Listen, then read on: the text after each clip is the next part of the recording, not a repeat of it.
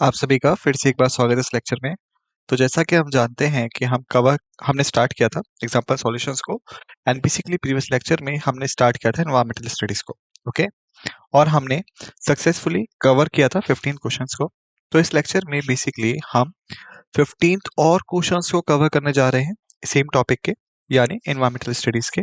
Alright, जो pattern है वो सेम रहेगा, या तो हम कुछ नया सीखेंगे या फिर हम कुछ पुराना ही कवर करेंगे जो हमने पहले सीखा था। ऑलराइट, तो हमारा जो टाइम पीरियड है वो भी बिल्कुल सेम रहेगा, 40 20 50 सेकेंड्स वाला। ऑलराइट, डिपेंड करता है क्वेश्चंस के टाइप पे। तो इस नोट के साथ आइए लेक्चर को शुरू करते हैं। फर्स्ट क्वेश्चन हमारे सामने है कि यूनिट क्या होती है इलेक्ट्रिक चार्ज की। तो बेसिकली ये रिपीटेड क्वेश्चन है। ऑलराइट, तो ये है हमारे रिवीजन के लिए। 20 सेकेंड्स आपके पास सोच कर आंसर करने के लिए समय शुरू होता है अब। 1 2 3 4 5 6 7 8 9 10 11 12 13 14 15 16 17 18 19 20। Time फिल्स up. करेक्ट आंसर है सी। ओके, करेक्ट आंसर है सी। तो बेसिकली जैसे हमने कई बार डिस्कस किया है कि जो इलेक्ट्रिक चार्ज होता है static charge particle. Okay, with the unit of coulomb. Okay, लेकिन जब यहाँ पे आता है पार्टिकल्स फ्लो इलेक्ट्रिसिटी का, तो ये बन जाता है इलेक्ट्रिक करंट। ऑलराइट, और जो इलेक्ट्रिक करंट है उसके पास होती है यूनिट एम्पेयर। ऑलराइट, और यहाँ पे एक इंसान थे जिनका नाम था बेंजामिन फ्रैंकलिन, जिन्होंने डिवाइड किया था चार्ज को पॉजिटिव में और नेगेटिव में।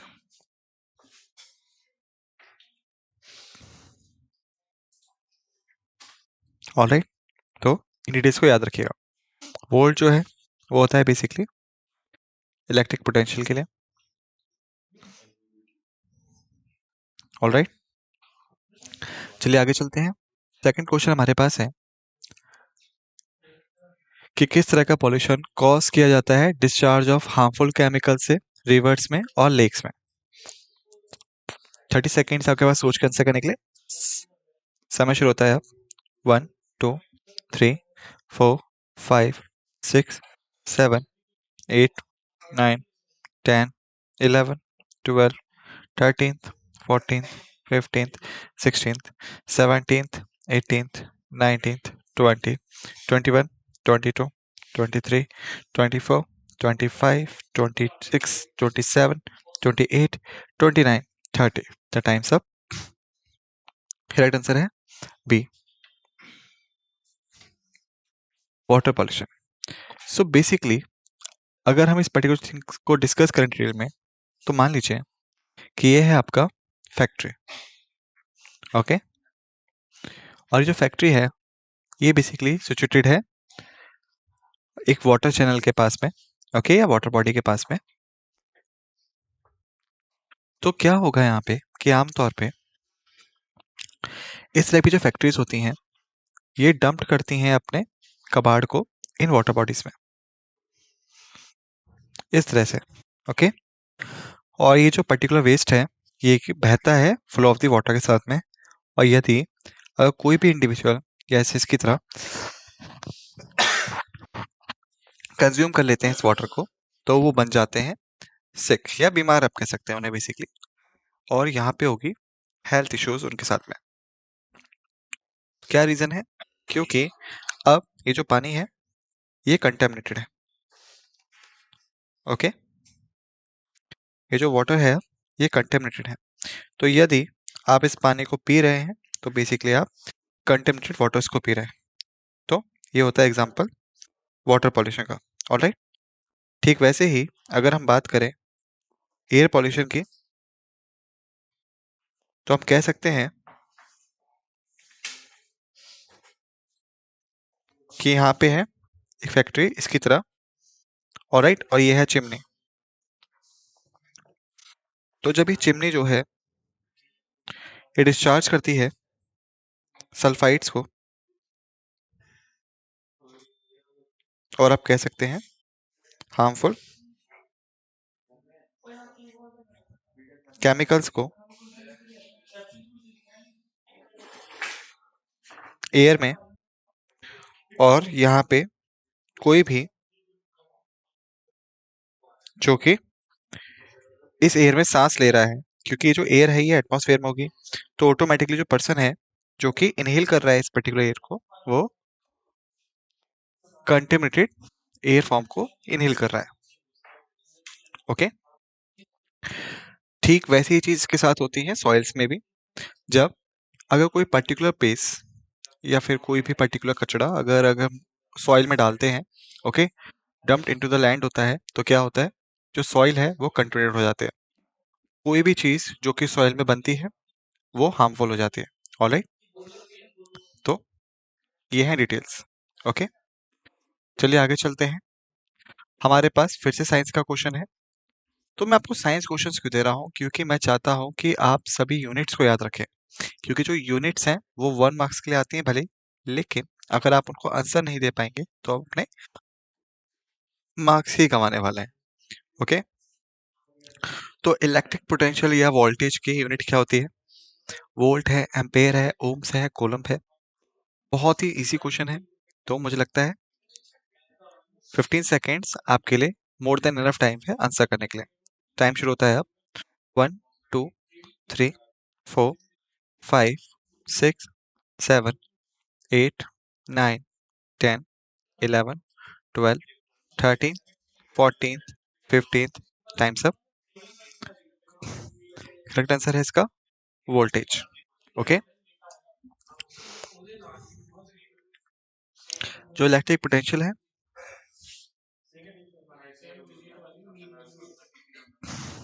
और ये हो गया इलेक्ट्रिक करंट,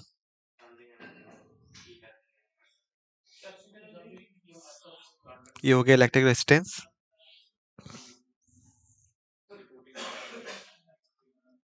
और ये हो गया आपका इलेक्ट्रिक चार्ज।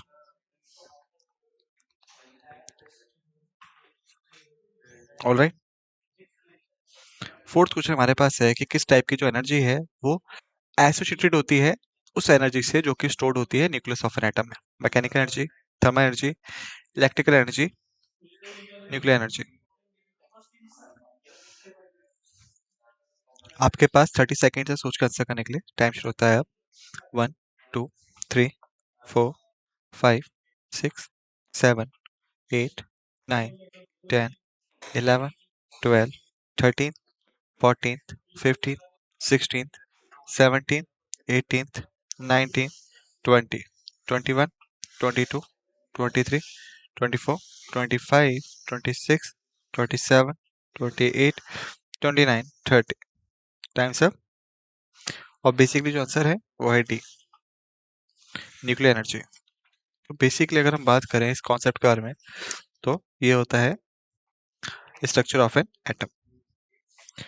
सेंटर पे इनके पास होगा न्यूक्लियस, जो कि कंटेन करता है दो चीजों को, प्रोटॉन्स को और न्यूट्रॉन्स को। प्रोटॉन होता है पॉजिटिव चार्ज, न्यूट्रॉन्स होता है न्यूट्रल चार्ज। ओके, और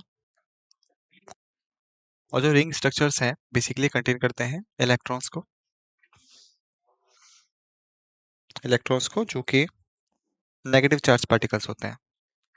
तो बेसिकली जो न्यूक्लियर एनर्जी है वो डील करती है इस पर्टिकुलर न्यूक्लियस के साथ में। ये होती है दो टाइप के, न्यूक्लियर फिजन के तौर पे एंड न्यूक्लियर फ्यूजन के तौर पे। ये होती है दो तरह से, न्यूक्लियर फिजन और न्यूक्लियर फ्यूजन। बेसिकली अगर हम बात करें फिजन के बारे में पहले, तो इस फॉर्म में क्या होता है कि जो लार्ज साइज के न्यूक्लियस होते हैं वो ट्रांसफॉर्म्ड हो जाते हैं, या फिर आप कह सकते हैं ब्रेक डाउन हो जाते हैं इनटू 3 और मोर स्मॉल न्यूक्लियस में, और न्यूक्लियाई भी आप कह सकते हैं। ओके, और यदि हम बात करें फ्यूजन के बारे में, तो क्या होता है कि न्यूक्लियाई जो है वो साथ आ जाते हैं और फॉर्म करते हैं लार्ज शेप न्यूक्लियस को। तो यहाँ पे दो प्रोसेस होते हैं फ्यूजन में। यहाँ पे एक लार्ज न्यूक्लियस होता है जो कि लगातार टूटता रहेगा 3 में और ज्यादा स्मॉलर न्यूक्लियस में। फ्यूजन में यहाँ पे स्मॉलर न्यूक्लियस होंगे जो कि एक दूसरे के साथ कंबाइन होते जाएंगे और फॉर्म करेंगे एक बड़ा न्यूक्लियस। ओके, और यदि हम बात करें एनर्जी के बारे में, तो जो फ्यूजन एनर्जी होगी वो ज्यादा हाई होगी फिजन एनर्जी से। ओके, फ्यूजन जो है वो जनरली होता है सन में, और फिजन जो है वो जनरली हैपन होता है आपका न्यूक्लियर पावर प्लांट्स में। ओके, तो इन डिटेल्स को याद रखिएगा। आइए आगे चलते हैं। अगर हम बात करें फ्यूजन के बारे में, जो कि होता है न्यूक्लियर बॉम्ब में या न्यूक्लियर पावर प्लांट में, तो दो टाइप का होता है, change control control chain reaction और uncontrolled chain reaction. Okay, control chain reaction में एक न्यूक्लियस जो है वो ट्रांसफॉर्म होता है एक में, और फिर वन से ट्रांसफर होकर होता है वन में। तो यहाँ पे होता है कंप्लीटली कंट्रोल चेन रिएक्शन। लेकिन अनकंट्रोल्ड फॉर्म में एक जो है वो ट्रांसफर हो जाएगा 3 में, ये 3 जो है फिर ट्रांसफर होंगे 9 में, फिर ऐसे जो प्रोसेस है वो चलती रहेगी। ओके, तो इसका सिंपल सा मतलब क्या हुआ कि ये अनकंट्रोलेबल चेन रिएक्शन है। जो कंट्रोलेबल है बेसिकली वो होती है न्यूक्लियर पावर प्लांट्स में, जो अनकंट्रोल्ड है वो बेसिकली होती है न्यूक्लियर बॉम्ब्स में। ओके, और जो प्रोसेस है ब्रेकिंग डाउन वो चलता है, तो यहाँ पे ह्यूज अमाउंट ऑफ एनर्जी जो ह्यूज अमाउंट ऑफ एनर्जी है वो रिलीज होती है, जिसे हम जानते हैं न्यूक्लियर एनर्जी के तौर पे। ओके, तो इन डिटेल्स को याद रखिएगा। ऑलराइट, और जो फ्यूल हम इसमें इस्तेमाल करते हैं न्यूक्लियर पावर प्लांट में न्यूक्लियर फिजन के लिए, वो होता है यूरेनियम 235 U235। ओके, तो इन डिटेल्स को याद रखिएगा। आइए आगे चलते हैं। फिफ्थ क्वेश्चन हमारे पास है, कौन सी प्रोसेस है जिससे हम लिक्विड वाटर को एब्जॉर्ब करते हैं रूट ऑफ प्लांट्स में और रिलीज करते हैं इसको वेपर के तौर पे थ्रू द लीव्स? एवोपरेशन है, कंडेंसेशन है, सब्लिमेशन है, ट्रांसपिरेशन है।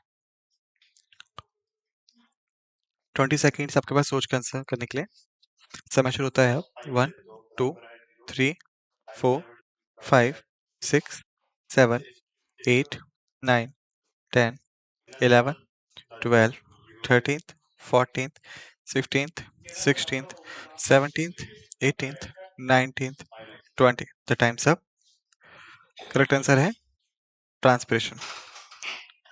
तो बेसिकली इसके बारे में हमने पहले ही डिस्कस कर चुके हैं प्रीवियस लेक्चर में, लेकिन यहाँ पे मैं आपको रिवाइज करने वाला हूँ ताकि आपको एक बार दोबारा से समझ में आ पाए टॉपिक। ओके, तो बेसिकली ये है आपका प्लांट।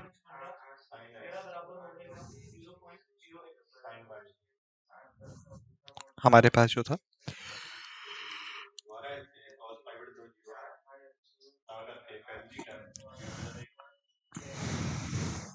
ये है leaves,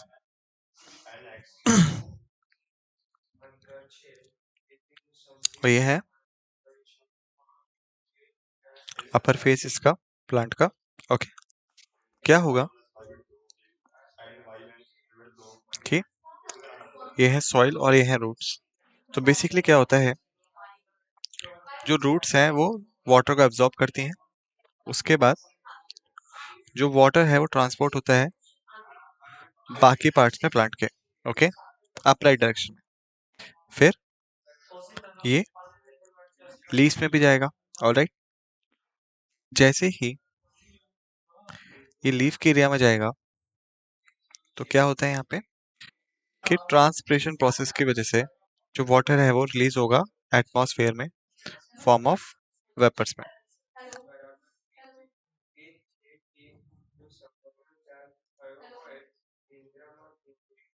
in form of the water vapours में, ओके।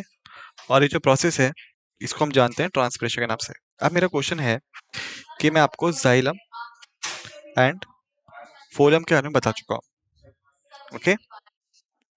और मैंने आपको बताया था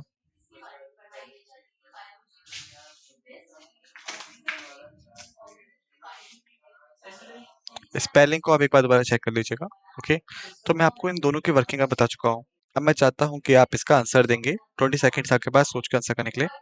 टाइम शुरू होता है अब। 1 2 3 4 5 6 7 8 9 10 11 12 13th 14th 15th 16th 17th 18th 19th 20। The time's up. Xylem जो होता है बेसिकली वो होता है टिश्यू जो कि ट्रांसपोर्ट करता है वाटर को, ऑलराइट। फोलियम जो होता है बेसिकली वो टिश्यू होता है जो ट्रांसपोर्ट करता है फूड को और बाकी मटेरियल्स को, ऑलराइट। तो इन दोनों के वर्किंग को याद रखिएगा। चलिए आगे चलते हैं। नेक्स्ट क्वेश्चन हमारे पास है कि इलेक्ट्रिक पावर कंजप्शन की यूनिट क्या होती है। वोल्ट है, एम्पेयर है, वॉट है, कोलम है। 20 सेकेंड्स आपके पास सोच कर आंसर करने के लिए। टाइम शुरू होता है अब।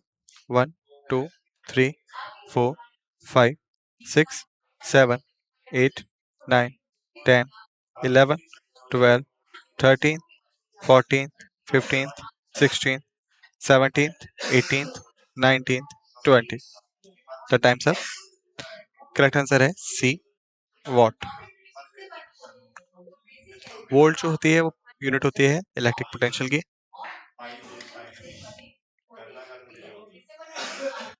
एम्पेयर जो है वो होती है इलेक्ट्रिक करंट के लिए।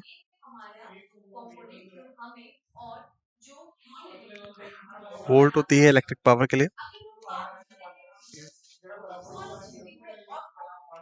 कॉलम जो है वो होती है आपकी इलेक्ट्रिक चार्ज के लिए। तो मुझे लगता है इन क्वेश्चंस को दोबारा देखते देखते आपको चीजें याद आती जाएंगी, ओके।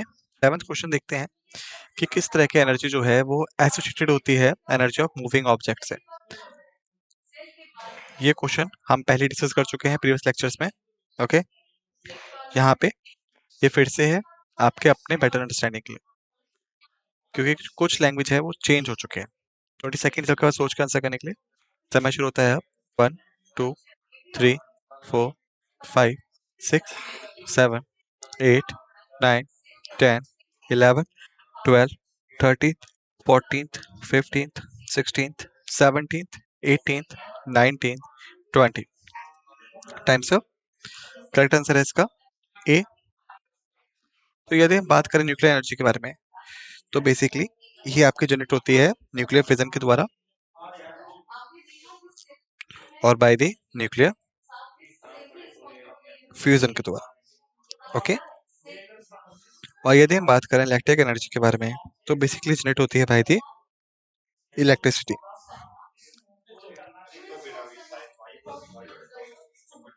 ओके। और यदि हम बात करें थर्मल एनर्जी के बारे में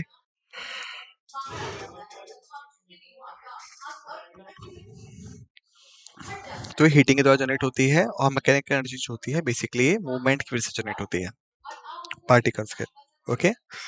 तो यहाँ पे हम बात कर रहे हैं energy of the moving objects के बारे में। तो बेसिकली हम लोग बात कर रहे हैं मैकेनिकल एनर्जी के बारे में, ऑलराइट। 8th क्वेश्चन हमारे पास है ये कौन सी प्रोसेस है जिसके बाद वाटर वेपर जो है एटमॉस्फेयर में टर्न हो जाता है लिक्विड वाटर ड्रॉपलेट्स में क्लाउड्स के। एवोपरेशन है, कंडेंसेशन है, सब्लिमेशन है या फिर transpiration.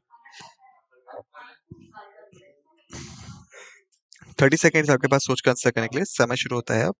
1 2 3 4 5 6 7 8 9 10 11 12 13 14 15 16 17 18 19 20 21 22 23 24 25 26 27 28 29 30। The time's up. Correct answer है बी। सो बेसिकली यहाँ पे दो सिनेरियोस होते हैं इसको समझने के लिए। ऑलराइट, ये है आपका क्लाउड और ये है आपका एक और क्लाउड।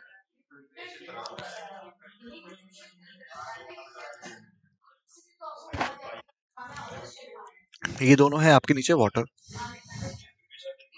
और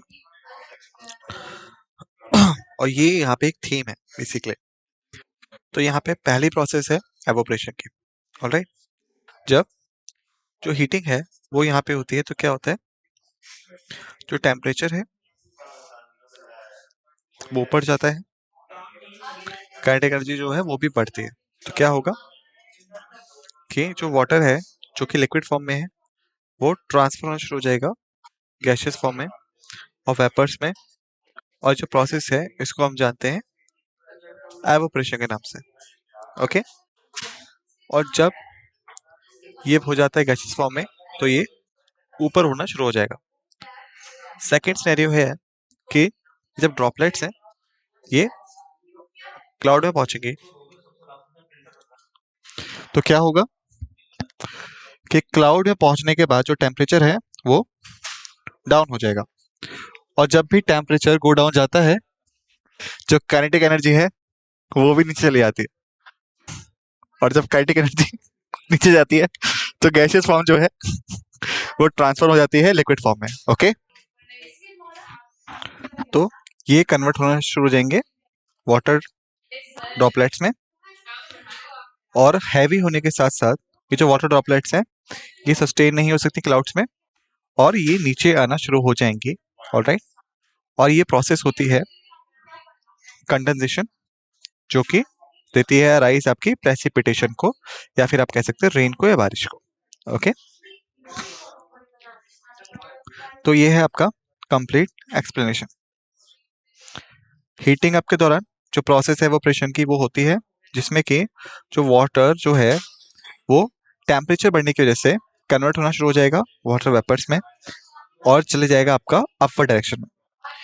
क्लाउड्स में पहुंचने के बाद जब टेम्परेचर कम होगा जो काइनेटिक एनर्जी है वो भी कम हो जाएगी और जो वाटर वेपर है वो ट्रांसफर हो जाएगा वाटर ड्रॉपलेट्स में और जो प्रोसेस है कंडेंसेशन की वो शुरू हो जाएगी।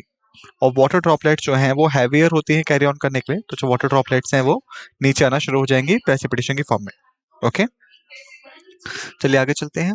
9th क्वेश्चन हमारे पास है कि volt ampere column of what electric charge की इनमें से कौन सी यूनिट होती है। बहुत ही सिंपल क्वेश्चन है, 15 सेकंड्स आपके पास सोच कर आंसर करने के लिए समय शुरू होता है अब।